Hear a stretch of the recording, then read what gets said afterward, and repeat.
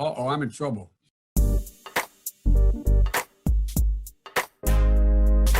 This is an island surrounded by water, big water, ocean water.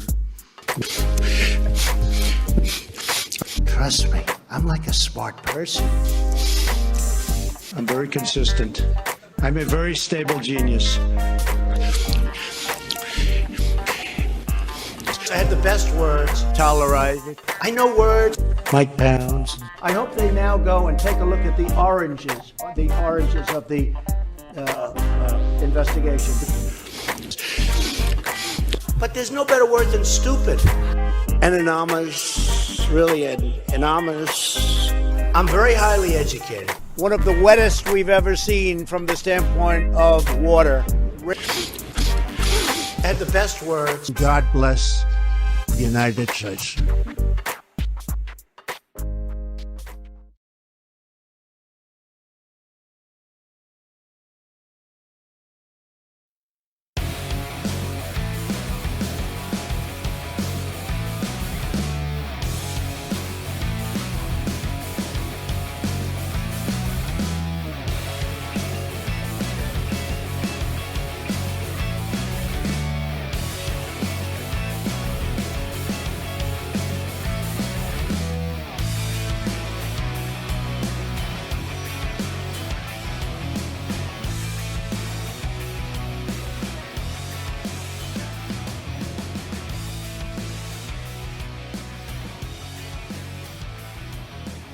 Around the nation, TYT Nation, Jeff Waldorf here with you. Welcome to the show. It's Thursday, this beautiful Thursday afternoon. Well, of course, depending on where you are. But we got a great show for you guys today. We're going to have some fun and, of course, inform you as we normally do. We have racist that's really sorry about being racist. Or is she? Dun, dun, dun. I don't know. So we'll get into that story. I've got some opinions about that, and you're going to hear about them because that's what we do on the show. All right, anyway, I'm in a strange mood. We also have some good news for a Starbucks worker who was the right wing. Well, I wouldn't say the right wing, I guess, but you got anti-maskers that were trying to shame him. So good news in that case. A little update there. We also have a meeting in Florida about masks that went off the rails. It was complete and utter insanity. I've got the highlights, or should we say lowlights, on that. We've got an update with Bubba Wallace and what's going on there. I know I haven't really talked about that a lot. So it's kind of like a little bit of a catch-up, and then we've got new information. And then we got racist cops that got fired. We got Louis Gohmert and his insanity. All that stuff. We got a fun show. Should be interesting. Big update, though, by the way. So yesterday I reported about the primary between Amy McGrath and Charles Booker. So now we've got a little bit of an update on that. It appears that So yesterday, it looked like McGrath had a lead. Now, I told you it's because Jefferson County had not come in. And look, there's still a lot of outstanding votes. Well, now it appears Jefferson County did come in, and I mentioned how that's going to flip the race, right? It's going to flip the numbers because Jefferson County has a large African American presence. Of course, Jefferson County is home of Louisville.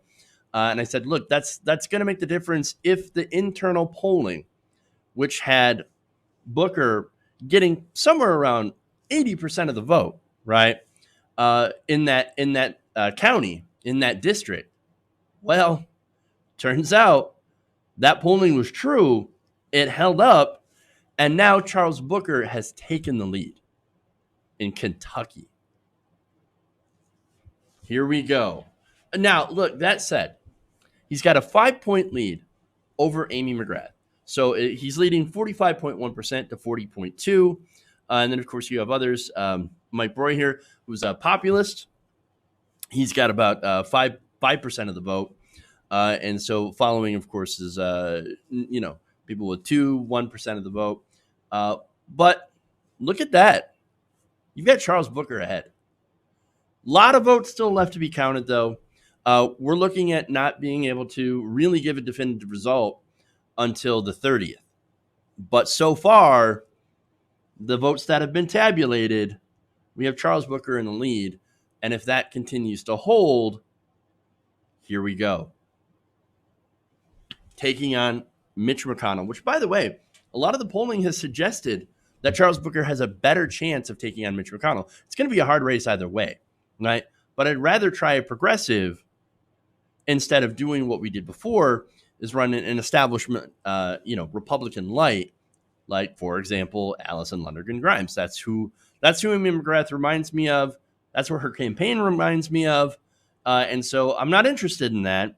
I'm interested in progressives, and Charles Booker is much more progressive than Amy McGrath, and he has a better shot, I think, at taking down Mitch McConnell. And, even if he doesn't, even getting closer than someone like Amy McGrath or a centrist candidate, that's going to mean something. That's going to still send a clear message that, hey, man, look, these, the old adage of, no, we got to run Republican light because, you can't be too radical in some places like Kentucky. You're going to lose, and you're going to lose by a large margin, a huge majority. No, we got to run Republican light so that we can at least get close and have maybe a tiny little chance of taking on Mitch McConnell. Well, Charles Booker would prove that wrong, even if he does lose by a lesser margin than someone like Amy McGrath, or really what we can look like, what we can look at is Allison Lundergan Grimes. And so if he only loses by a little bit, or if he does do an upset, because this is Mitch McConnell after all, well, that would be huge. Either way, there'd be wins for progressives, because it would prove that, yes, progressives are competitive even in places like blood red Kentucky. So I think that's important. I'm going to give you updates as I, see them, as I get them. Why are they taking so long to count the votes? Oh, no, Jeff James. Look, a lot of the votes are absentee, right? So normally, they don't take as long to count when you have, normal in-person voting, but you have coronavirus, you have less people working, less poll workers, of course, and less staff that's tabulating these votes. And again, the absentee takes a little bit longer as well. And so I don't think that's a conspiracy. There is voter suppression, and we saw a little bit of that in Kentucky with longer lines and shutting down polling places. But I don't think that they're tampering with the votes. So especially absentee ballots, which are very, very hard to tamper with. All right. That said, I think it's good. I'm hoping that Booker can pull out a win, because that's going to be, like I said, huge. And it would just cap off another round of incredibly, progressive people that are winning in these races in incredible progressive victories. All right. Anyway, moving on here. Let's go to our first story.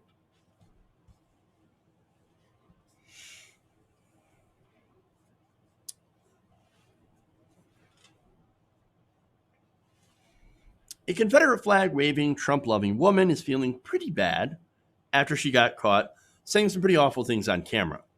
So now, earlier this week, a video from a Black Lives Matter protest of a Confederate memorabilia store in Branson, Missouri had went viral. So, of course, Confederate memorabilia is mainly, of course, the battle flag of the Confederacy that we know, and obviously as well as other Civil War memorabilia. That's getting protested. Now, why is that, right? You might think, whoa, what are you doing protesting this store? They're just selling history, right? No, the store is called Dixie Outfitters, right?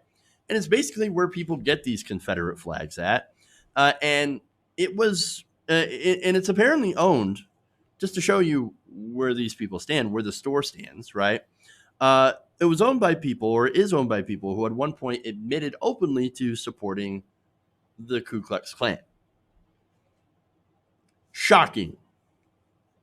Or not really, right? So that's why this protest was happening.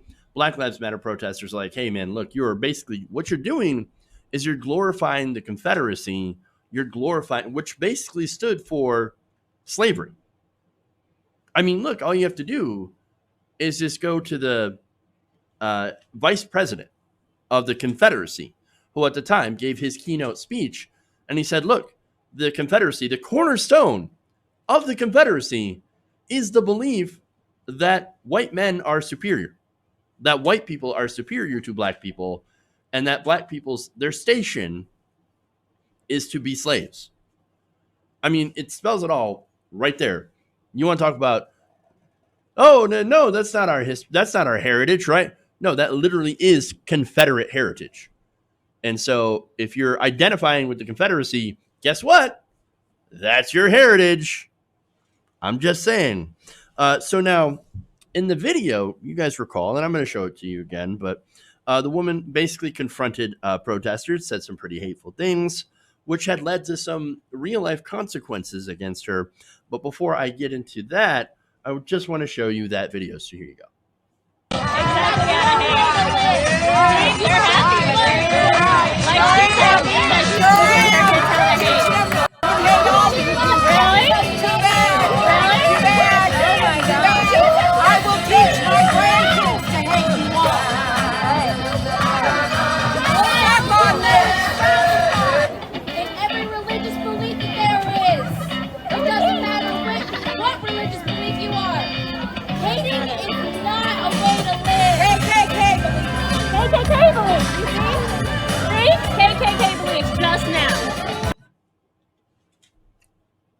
That's what she said. KKK beliefs. What is that supposed to mean? Well, she'll explain that later, right? But first, did you see the grin? She was so incredibly proud of herself. Oh my gosh. I will teach my grandchildren to hate you all. I mean, yeah, she's literally showing you exactly how hateful she is. I actually hope her grandkids turn out to be the opposite, right? Turn out to be wonderful, great people. So now, that said, she's like, wait, you've got me wrong. I'm not actually racist. This is according to, again, let's see. She said, according to HuffPost, during an apology video, right, that she's, oh no, I'm not racist because I don't even remember saying that. I blacked out and then said a bunch of horrible things. This is according to the Ozarks First. Quote, I wasn't saying I'm KKK or for the KKK. I mean, you know, when I blacked out, and then you told me what I said when I blacked out. And so now that I'm saying that, oh no, when I said KKK, it doesn't mean I wasn't for the KKK or being in favor of it. Oh no, I was mocking them because I didn't like being called a racist. Okay, so I don't remember. Oh, but now that you told me what I said, that's not what I meant when I said that, even though I don't remember it. And then I was making fun of them. Oh, come on, nobody believes this, right? I mean, it's news to me that blackouts make people racist now. I mean, do you remember when Ambien made Roseanne Barr racist? What a ridiculous excuse. Kind of makes me think that this apology isn't exactly genuine. Total bullshit. I mean, did she also black out when she decided to go to a anti-Black Lives Matter counter protest, right? And bring her Confederate flag to defend a Confederate memorabilia shop? Was she blacked out then? Because all that stuff also kind of defending racism. I'm just saying, like, no, that's who she is, right? Now, she also said, though, well, now wait, I didn't understand what was racist about this. Quote, I didn't understand the Confederate flag meant hate. I don't understand the whole history of the Confederate flag, but I'm learning. All right. That actually might be the most honest thing that she's admitted to.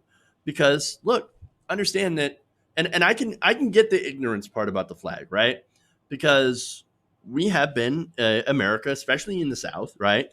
That a lot of people have been taught this romanticized and sanitized version behind that particular flag, right?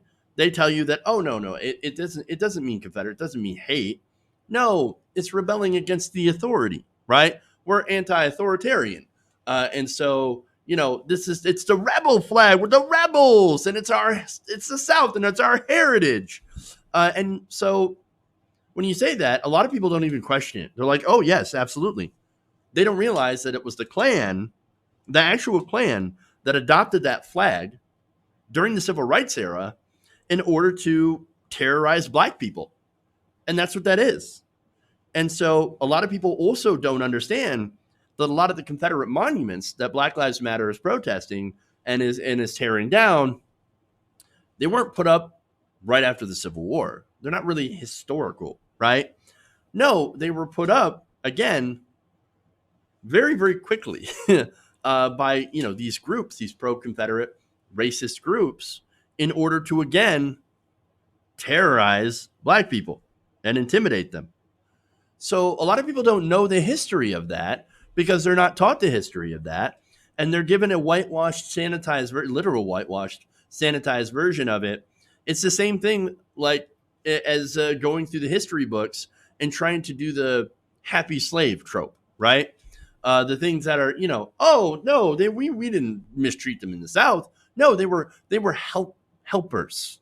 That's what they were. They were help. No, they were slaves. There's a big difference. And then there's also the equivocation of, well, I mean, white people were slaves too. I mean, look at the Irish. Okay, well, there's a difference here, right? And I'm not saying what happened to the Irish was good. No, what happened to the Irish was bad. What they would do is they would come over as indentured servants, right?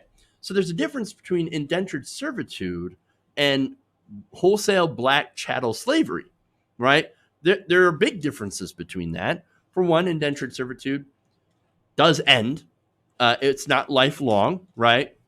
And yes, we're still mistreated and all of that. And again, that's also a terrible thing, terrible history. And I'm glad that we don't do that anymore. But it is quite different than the wholesale chattel slavery that we had strictly set up. The system, it was systemic for the enslavement of African Americans. And so, yeah, big difference, right? And so I can understand some people not knowing the history of that. But that said, when you look at the context of what she was doing, I think she knew exactly what she was doing. I think she knew exactly what that flag meant to those Black Lives Matter protesters, and she proudly brandished that flag. Plus, according to protest organizer Faith Pitzer, quote, she was there from the start on the counter-protester side, shouting obscenities and hateful words at our protesters. Was she blacked out then too? Was she? Yeah. No.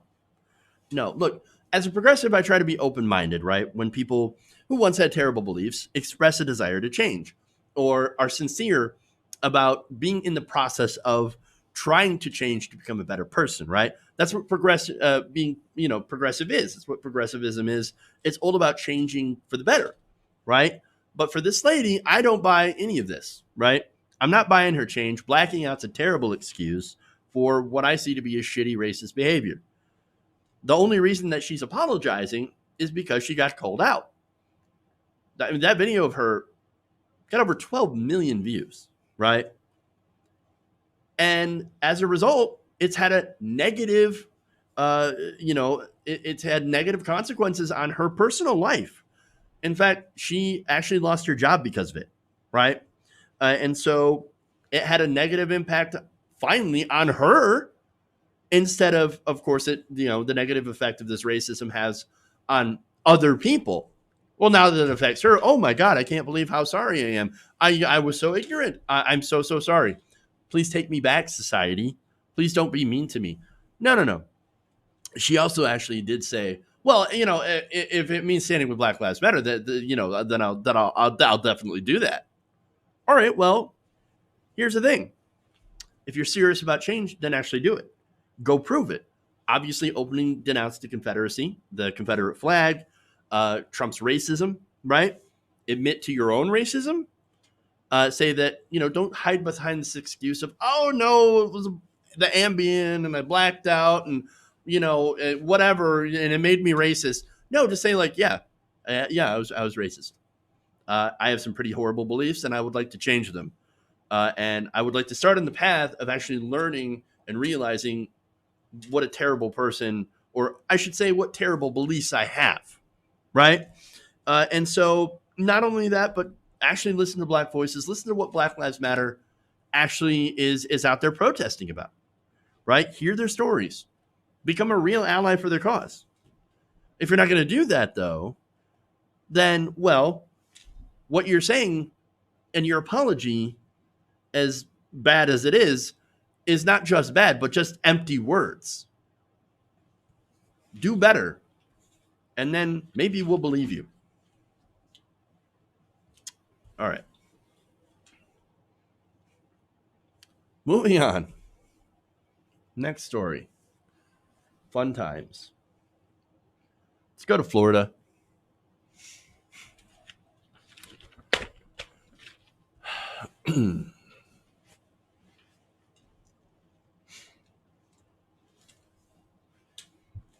Now, recently there was a public hearing about mandatory masks in Florida, and it went about as well as you'd expect. So now Palm Beach, Florida, Palm Beach County specifically, is experiencing like many other places in Florida and places all over the country, a massive spike in COVID-19 cases. So as a result, the leaders of Palm Beach County decided to hold a vote to require mandatory masks in most public places, right? So now before the vote, of course, there was a public comment period. And I agree that, you should have people that should weigh in on this. And so now during this public comment period, there was a lot of insanity. Let's just say insanity, right? And I put together some highlights, or I guess really they should be called lowlights, because what you're about to see is quite a bit of crazy. Take a look. Every single one of you that are obeying the devil's laws are going to be arrested. And you, doctor, are going to be arrested for crimes against humanity. I would die for that country. I would die for the Constitution. And you know what? You disgrace me. You know why? You did not listen to we the people. You made your decision. Our police officers who are putting their lives on the line every day, you want them to wear a mask? You want no oxygen going into their brain? Every single one of you have a smirk behind that little mask, but every single one of you are going to get punished by God. When are you going to start with the defund the police? Because we know whose side you're on. And they want to throw God's wonderful breathing system out the door. You're all turning your backs on it. Can you prove that it's good for people to breathe carbon dioxide over and over and over again? You cannot escape God. You cannot escape God. I'm going to say that again. You cannot escape God, not even with the mask or 6 feet. Thank you, ma'am. And Your time has I expired. also heard you say this is a democracy, and I'm sick and tired of hearing you say that. It's a republic. You're trying to get the people to train them, so when the cameras, the 5G comes out, what? They're gonna scan everybody. We got to get scanned. We got to get temperatured. The kids have to go to school with masks. Are you insane? Are you insane? I don't know. I was just thinking that. Are you insane? Kind of sounds like it. I'm just saying. Wow. So let me just. I want to apologize to the creators of Parks and Rec, right? Because I remember when they used to show those town hall meetings in Pawnee, right? And I remember thinking, boy, the people of Pawnee are really stupid. There's no way that regular people are this dumb and uninformed. Oops. I was wrong. I can admit it. Holy shit. And that's not all of it either. That was an entire 3.5 hour meeting. And yes, there were people out there that were like actually going and using facts and science and saying, no, we agree with this decision. I think this is great for public health. There's a few of those people, but then you also had a group of people that were crazy, that were just crazy. And they were, of course, the Trump voters. They were in the back. In fact, there were people with a literal Trump flag back there, and they were, of course, the most vocal. So now here's the thing, right? The reason that they're doing this is because they had an increase of COVID-19, right? You know why? It's because people were not wearing masks or social distancing. So you would think that, okay, let's try the opposite. Let's try masks and social distancing, and let's see if the COVID cases go down. I mean, that's kind of the whole point, right? And so, of course, these people are arguing, oh, no, masks hurt you because you're breathing in your carbon dioxide. Okay, let me just explain how the mask works. It's a pretty simple concept, right? So now air molecules are very small, right? Oxygen. That can go through the mask. So you literally get air. I mean, are these the same people? Do they believe that glass stops air? Like your windows? Obviously not, because when you close your window, you don't suffocate. All right? It's kind of the same thing with a mask. It allows airflow. Now, what it doesn't allow is water droplets. Water droplets exhale from your mouth, right? When you speak or when you breathe, right? Especially if you're like a spit talker. Well, the mask is there to stop the water droplets that contain coronavirus. Those water droplets can float in the air and then get breathed in. I know it's kind of gross, but it gets breathed in by people. And then, oops, look at that. You've got coronavirus in your body because you have just inhaled it. And of course, it replicates and mainly affects the lungs. The mask stops the water droplets. That's the whole point of wearing a mask. So you wear the mask, even if you're a seemingly healthy person, to avoid contaminating other people and other people who wear the masks, because a lot of cases are asymptomatic, which means you don't have to be exhibiting symptoms in order to shed the virus, at least to the current understanding of what we know about this virus. It stops that and protects everyone else. So if everyone is wearing masks, then nobody is spreading the virus, especially if we are all staying 6 feet away from each other. This is really, really simple. This is so, I mean, it's rudimentary. It's obvious. And this lady's like, you want to wear, one of those people actually, you want cops to wear masks so they don't get any oxygen to their brain? You got no oxygen to your brain. That's what you sound like. You like, oh my God, these people, man. Holy crap. I don't know. I don't know what else to say. I mean, those are the facts, right? But then they're like, oh no. See, I got this article from Breitbart that says that, if you wear a mask, then you're going to suffocate. Jesus Christ. So now, anyway, all that aside, right? What's happening in Florida, you've got to do something about it. You have to do something about it. And what Florida's doing, the government of Florida, overall under Ron DeSantis, they don't really, I mean, he's been trying to hide the COVID numbers so that he can continue to reopen the state. In fact, under the direction of Governor DeSantis and the Florida Department of Health, the state consistently refused to inform the public about deaths and infections, mainly in Florida nursing homes, prisons, and now coronavirus deaths as documented by public medical examiners. They literally are hiding the truth from the people because Ron DeSantis wants to open up the state and then also not piss off Daddy Trump. I mean, that's what's going on, right? So Palm Beach County decided, again, they were going to take the recommendation from the CDC, which I understand has changed. Guess what? As our knowledge of the virus changes, so too do the recommendations.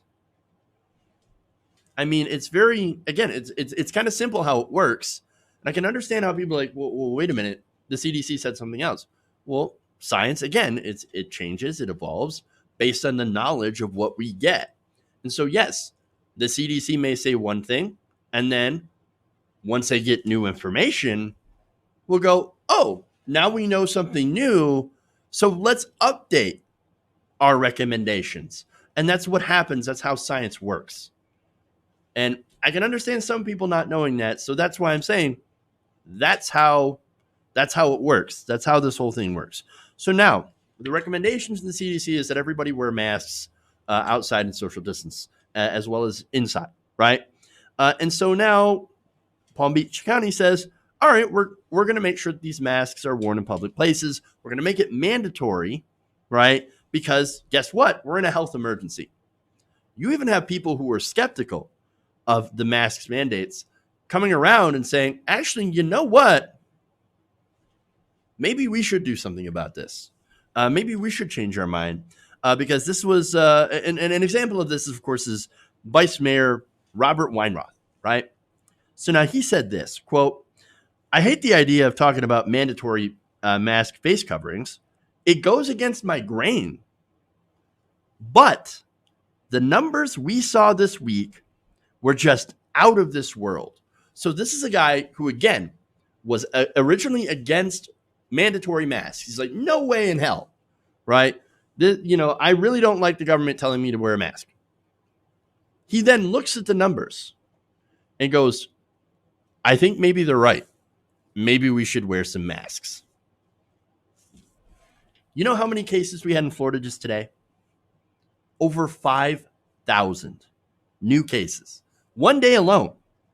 Now, in this country, in America, as of late, we've been experiencing somewhere around 20,000 new cases a day that we know of. So in one day, Florida accounted for about a quarter of that. That's a disaster. And I'm pretty sure those daily numbers are continuing to trend upwards now because of many places that are seeing spikes in coronavirus cases and as well as deaths. So, disaster. So now, yes, they voted afterwards to unanimously require masks in public places. And this is after being, and if you watch the whole thing, again, it's like 3.5 hours long. I try to watch as much of it as I could. They were being threatened, with citizen's arrest, which is hilarious, right? Being personally attacked by some of these people. These people who get their news from social media memes on Facebook, right? And posts on Twitter and from the president of the United States who hasn't met a conspiracy theory that he, hasn't immediately believed in. And so I'm glad they made the right decision. How they're going to enforce it is always an issue. I can admit that I'm not comfortable with police enforcing this, right? Like, I get it. You do have to have some incentive for people to wear the masks, right? But I don't like the idea of, police going around and saying, wear your mask or we'll beat your face in. I don't like that either, right? So I understand that. But understand that these same people, by the way, who are like, I can't believe that you would force the government to wear, the government would force us to wear a mask. Those are the same people who are like, Blue Lives Matter. Why don't you just listen to the police officer? Why don't you just follow the law? Ironic. Very ironic. So I just got to point that out. But look, there's one thing, and you got to put this in perspective because masks are uncomfortable. I get that, right? Well, what's more uncomfortable is a ventilator, a breathing tube shoved down your throat, breathing for you, That's pretty uncomfortable. Or, even if it doesn't happen to you, because, it's not always that severe for most people, right? But you could end up watching an immunocompromised family member get hauled away to the hospital, and you can't go and see them. You can't go and visit them. You can't, you can barely communicate with them. Obviously, if they're sick enough, you can't see them. They could die without you. And so you may never see them again. And that's another different kind of pain, which is very, very uncomfortable, right? And so it's not fascism. It's not stomping on your rights to ask people or to mandate that you wear a mask during a public emergency, during a pandemic. It's just not. It's not going to kill you to wear a mask, especially if you're going to go shopping. It's just not. It's literally the most effective way that we have right now, aside from, having a vaccine, which we don't have right now, or really an effective treatment for people with mild symptoms to prevent them from spreading. We just don't have that, right? And so we've got to do what we got to do to limit the spread of COVID-19 and really to prevent the overloading of cases in hospitals, where we're seeing that in Arizona. We're seeing that now in, Texas, where it's getting really, really close. So much so that Governor Greg Abbott had to say, hey, we're going to, we're going to slow down in specific counties where we're seeing hotspots of elective surgeries to make sure that we have enough room for people with coronavirus. So we know this is a problem. So really, just wear the damn mask. And that's it. Just wear the mask.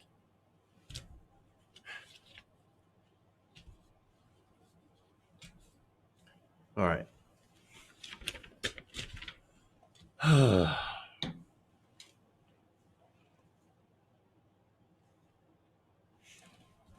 All right. Moving on, let's get some good related news, right?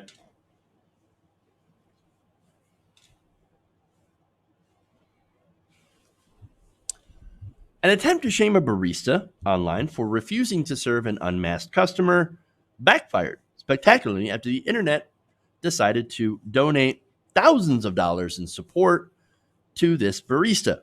So now this was a GoFundMe that was set up by somebody else for the barista identified as Lennon Gutierrez.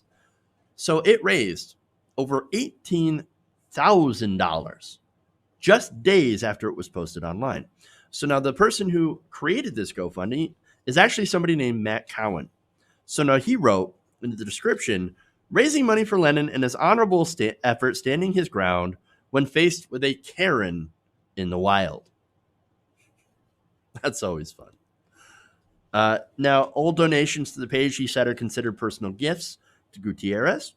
So let me give you the details, of course, and why this is awesome. Now, this page was set up after a customer had posted his picture online of him wearing a mask and complaining that she was not served at a Starbucks when she came in not wearing her mask. So now the company has set up guidelines, and the county had set up guidelines, I should say, saying that, hey, look, if you go out to most public places, you are required to wear a mask. So now she said, no, I'm going to go wear a mask. I'm going to go in. I'm going to go in and spread COVID around, assuming that, we should all assume that we have it. And that's why we should be wearing masks, to protect not only each other, but ourselves as well. And she said, no, I'm not interested. Serve me anyway. He says, no, I'm not going to do that. So she took his picture and put it up online and wrote this: meet Lennon from Starbucks who refused to serve me because I'm not wearing a mask. Next time, I will wait for cops and bring a medical exemption. That is, of course, pure Karen behavior, right? And so, look, that's ridiculous, right? You guys have probably seen these going around now, but there are, and I wish I had a picture of it, fake cards people have made on so, like, they like laminate it and they try to make it look as official as possible to say that, oh, under the ADA, I don't have to wear a mask. This is my mask exemption. It's a fake. There's no such thing. There is no such thing as a mask exemption, right? No, everybody wears a mask. In fact, San Diego County, where this happened, has required residents to wear face coverings in most public settings, including picking up fast food at a restaurant, which, of course, that's what you would do at Starbucks. In its online notice, the county said that everyone should help protect others by following health orders, and noted that we can't expect law enforcement to make sure every person is wearing a face covering. But if you don't wear one, you can be cited or not allowed into a business, in transit, or in other areas. And so, look, Lennon is certainly within his right to say, I will not service you. I'm sorry, but unless you're going to follow the rules. It's like saying no shirt, no shoes, no service, but actually it's different in that if you don't wear your shoes, you're not going to give someone a communicable disease. Very likely you're not going to be able to do that, right? In this case, it's much more of a health hazard to not wear your mask than it is to not wear shoes. So anyway, he was doing his job is what I'm trying to say. He's doing his job, and he was doing, following the rules and everything. And Karen, and I know that's not her name, right?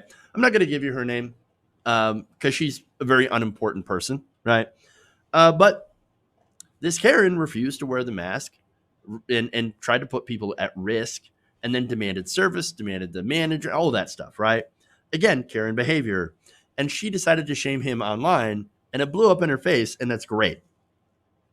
Now, the reason that you probably shouldn't, post someone's picture and say these kinds of things is because there is a section of this country that is insane and violent and that thinks that wearing masks, thanks to our president, right, is a political statement.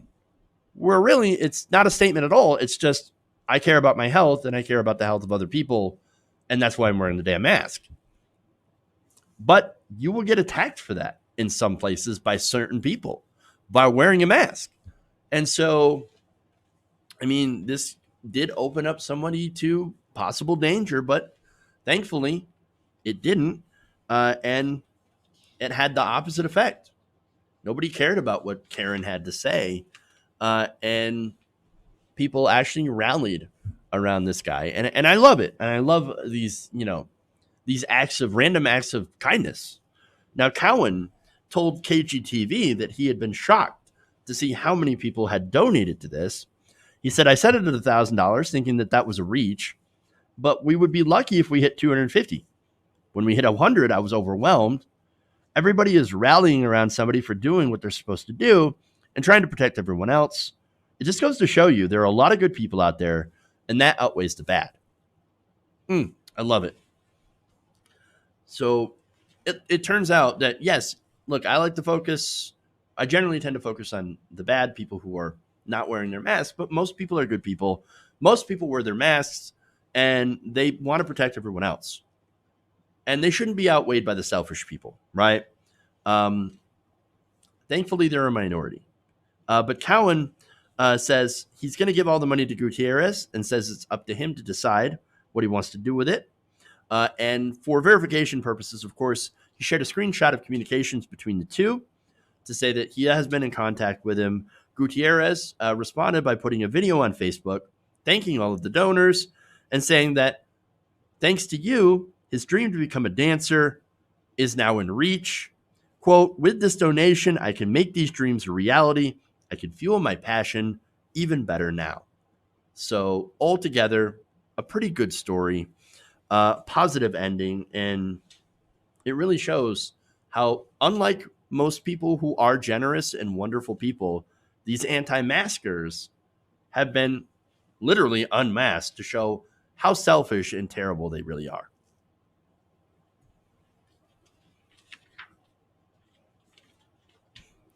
All right, I'm going to take a break. We're going to come back. We got more stories here. So stay right here. It'll be a relatively quick break. We got plenty of stuff to talk about, including Bubba Wallace, the North Carolina cops, and maybe Louis Gohmert. I'm not entirely sure. So we'll come back. Stay right here around the nation.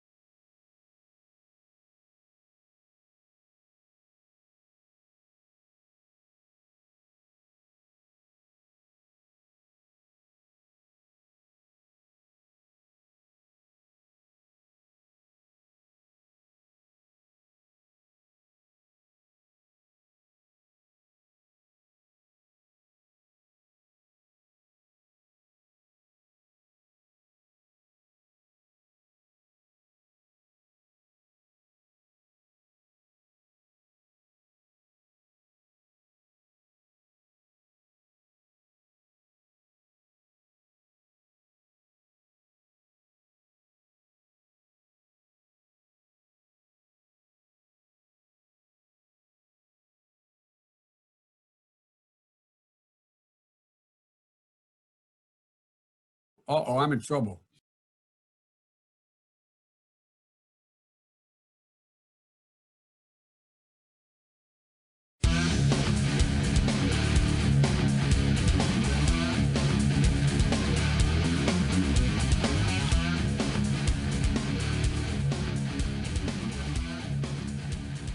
Welcome back to the show, Around the Nation right here, TYT Nation. Jeff Walder here with you. All right, so let's see. I want to thank a couple of patrons, patreon.com/TYT Nation. So let's go to that here. Let's see. I want to thank just random people, Gary Curtis and Brenda Stanley. So thank you for signing up and supporting independent progressive media. You guys are awesome. You help us survive and grow, which is awesome. All right. Then I want to thank, of course, a couple of channel members as well. You also help sustain the show. Melissa Garland and Pesid, Pesyd. Thank you for signing up as a supporter, as a channel member. Again, you guys rock. All right. Moving on here. Let's get back to the show. No, okay, so I know there's the discussion here of who showed up in the chat here. Well, I know who it is. I know exactly who it is. It was Aaron. So Aaron runs a lot of the social media accounts, and he's a great guy. Aaron Wasaki, awesome dude, wonderful guy. He showed up here, and he runs a lot of the stuff. So mystery solved. I know because I asked him. That's what he said. All right. Goku just saying says, need a no mask, no service sticker that is reverse stuck to inside of all business class doors. So anti-mask people can't peel it off during the night when no one's around. Just saying. I think I actually got that right. Just saying. Super Saiyan.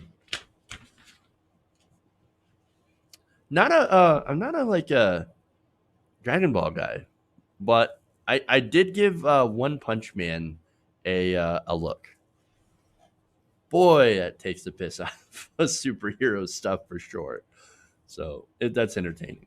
All right, anyway, moving on. Let's dive in real quick. 3 police officers in North Carolina were fired over racist remarks and even threats of violence toward the African-American community. Now, Police Chief Donnie Williams recently announced the dismissals of Captain Jesse Moore and officers James Gilmore and Kevin Piner during a news conference on Wednesday. These officers were caught on camera talking about how they couldn't wait to go and slaughter N-words. Oh, well, great. Their conversations featured numerous racial slurs, criticism of black officers and the Black Lives Matter movement, and even talk and delight glorification of a civil war. So that's who these guys are, right? Oh, they're interested, right? Now, Chief Williams described these exchanges as brutally offensive and said the firings were extremely necessary. Well, I would say, I noticed the strong language here. He's like, extremely necessary. Now, police supervisor had found this footage during a routine inspection. So it's not like it was difficult to find. It's not like they had to go and root through video. No, they were, they were in their vehicle and they were just saying these things. They know that there's cameras in the car. And yet, they felt comfortable enough to go and say these things. And that is just, that really goes to the culture, right? And so, you guys think it's still a couple of bad apples? It seems like whenever we shake the tree, everything that falls out is generally a bad apple. I'm just saying. It's almost as if we need to start over again, this time without hiring so many racists. I'm just saying.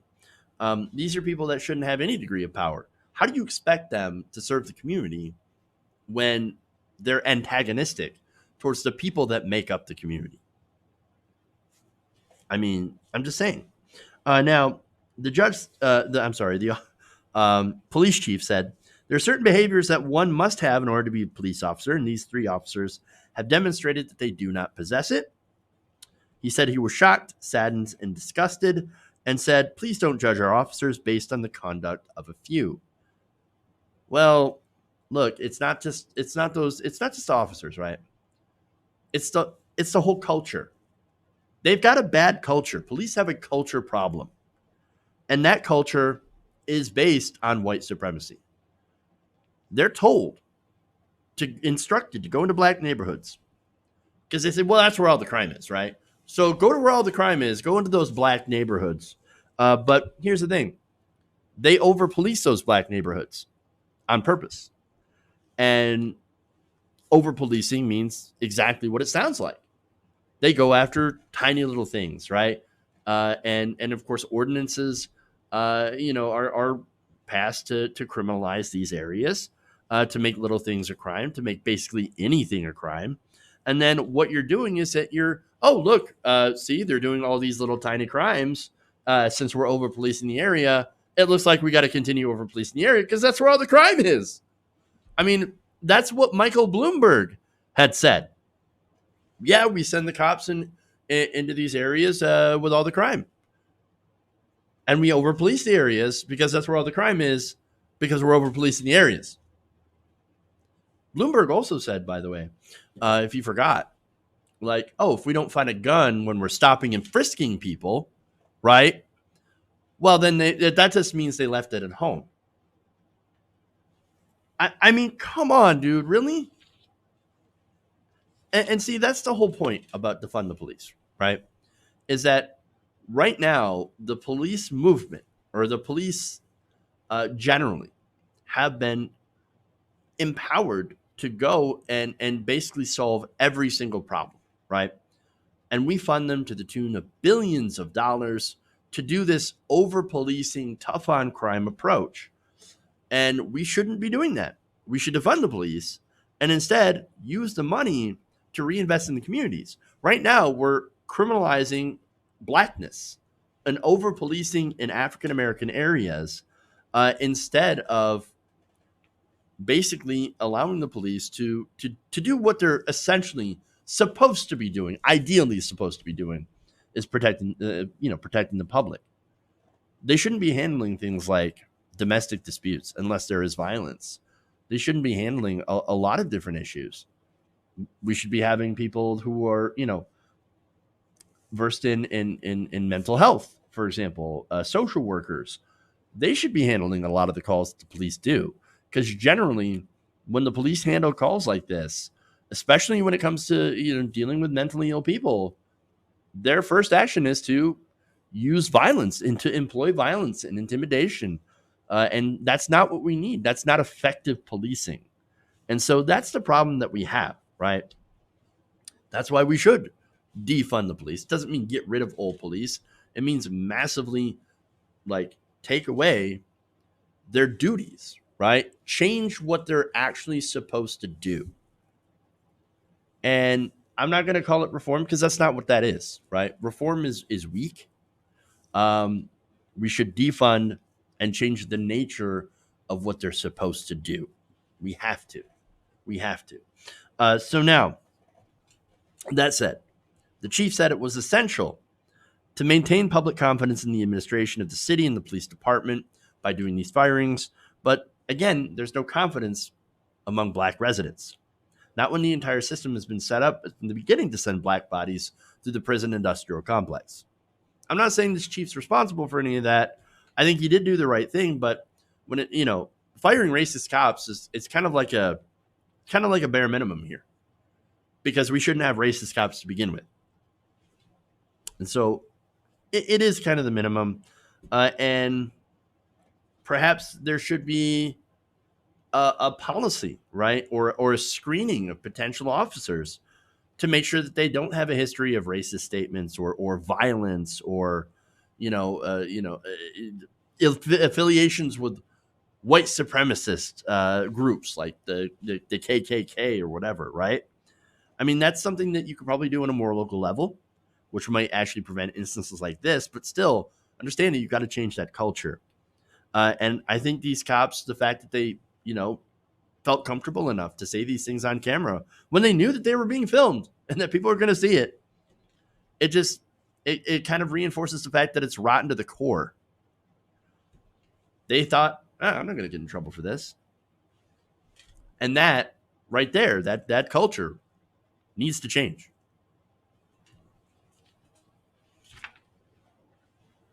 All right. One more. All right. Looks like I didn't put that up, but that's okay.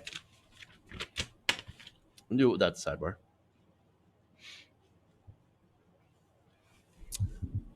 So recently, NASCAR driver Bubba Wallace, who championed the removal of the Confederate flag from NASCAR events, has been under fire from the right wing. So it's a bit of a complicated story. So let me just go through and do a little bit of a recap of everything that's happened, because it's been a lot of misinformation, a lot of drama, especially from the right wing. But the story is basically that Bubba Wallace in the garage at Talladega has a pole that looks like a noose, a garage door pole, right? So now Wallace had recently moved into this Talladega garage and had been told, because Bubba Wallace didn't actually discover it himself, but the president of NASCAR had said, hey, look, you got a noose here. I think somebody is trying to do a hate crime on you, right? And so, again, this was understandably right after the Confederate flag was removed from, and basically banned from NASCAR. And so it's not a stretch to think that, okay, there's somebody who's mad because there are people that really, really love that flag that are racist, with Bubba Wallace being the face of that and saying that, yes, we should get rid of that. Also, Black Lives Matter. It's not a stretch to think that somebody would actually put that up in his garage. So now we got some details, however, that according to an investigation by the FBI, it was not the case, that Bubba Wallace was never a target of a hate crime. And that noose, that thing that looked like a noose, right, had been there since October of 2019, long before Wallace had actually moved into that garage. So therefore, it's not considered to be a hate crime against Bubba Wallace. So now Bubba Wallace says, look, I didn't know, right? I didn't find this out. I wasn't the one who reported it. Somebody told me, and I was like, oh, wow, am I a victim of a hate crime? It seems like it. That sucks, right? So he's kind of the victim there, right? So now a lot of people, once the FBI investigation comes out, starts accusing him of being like Jussie Smollett. So now Smollett had allegedly set up a hate crime against himself. Allegedly, right? That's the allegations. And so now they're saying, I can't believe Bubba Wallace would hang up a noose in his own garage. Why would he do such things? Well, he didn't. And so now the update to this is, well, okay, before I get to that, on Tuesday, Wallace said he had never seen a garage pole tied in that manner. And he said, look, it may not be a hate crime against me, but that looks a hell of a lot like a noose. All right. And so maybe that's like the issue is, why has there been a thing that looks like a noose in this garage for so long, since 2019? That seems kind of weird. And so now the update, of course, is that we now have an image of what this is. And so this was released by the FBI. I'm sorry. NASCAR. This was released by NASCAR after the FBI investigation. And so I want to show you and see if what you think, right? But here it is. I mean, that's what it looks like.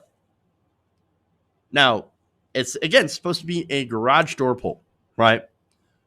But it looks a hell of a lot like a noose. I mean, it's tied like a noose. It looks like a noose.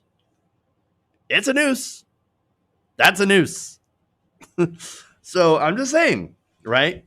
But no, the right wing, and there's a controversy here.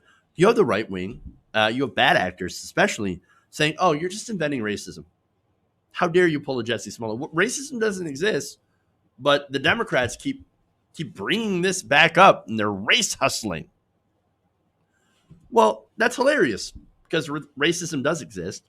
I mean, we have tons and tons of instances of it. We don't have to invent things. You can just go to a Trump rally and you find tons of racism there, right? And so, look, in this case, NASCAR didn't quite get it right, even though they're like, look, that is a noose. We found that. It definitely looks like a noose.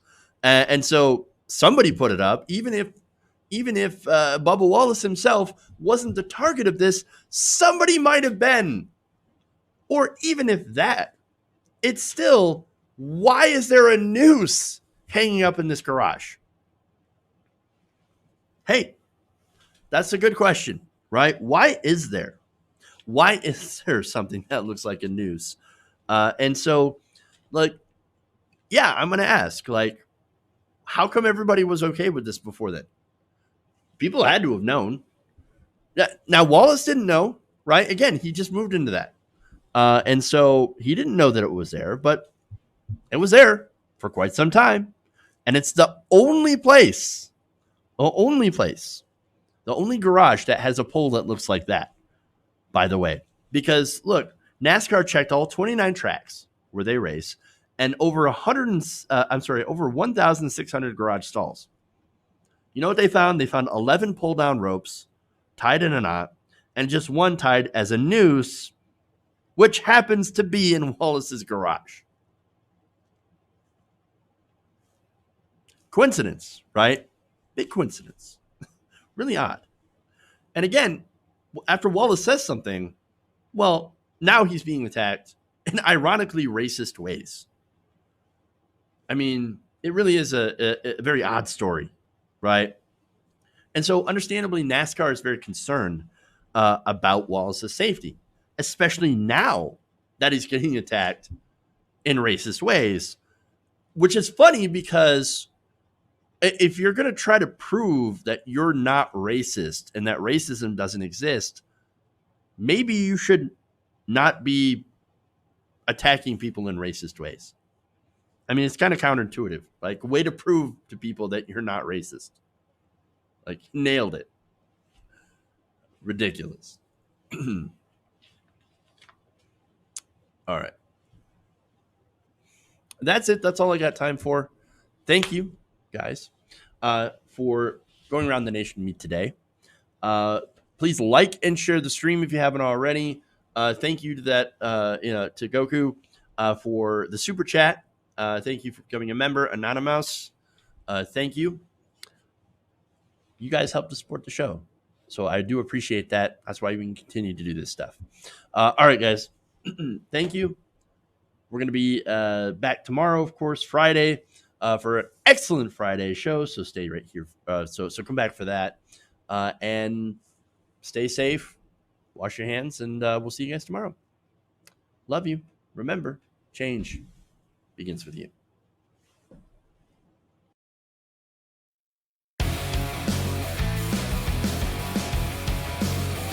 Mike Pounds. Please clap. Why? You're getting nervous, man.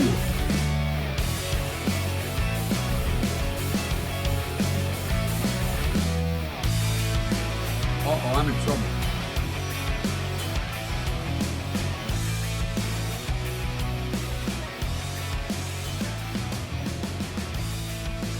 Tolerate it.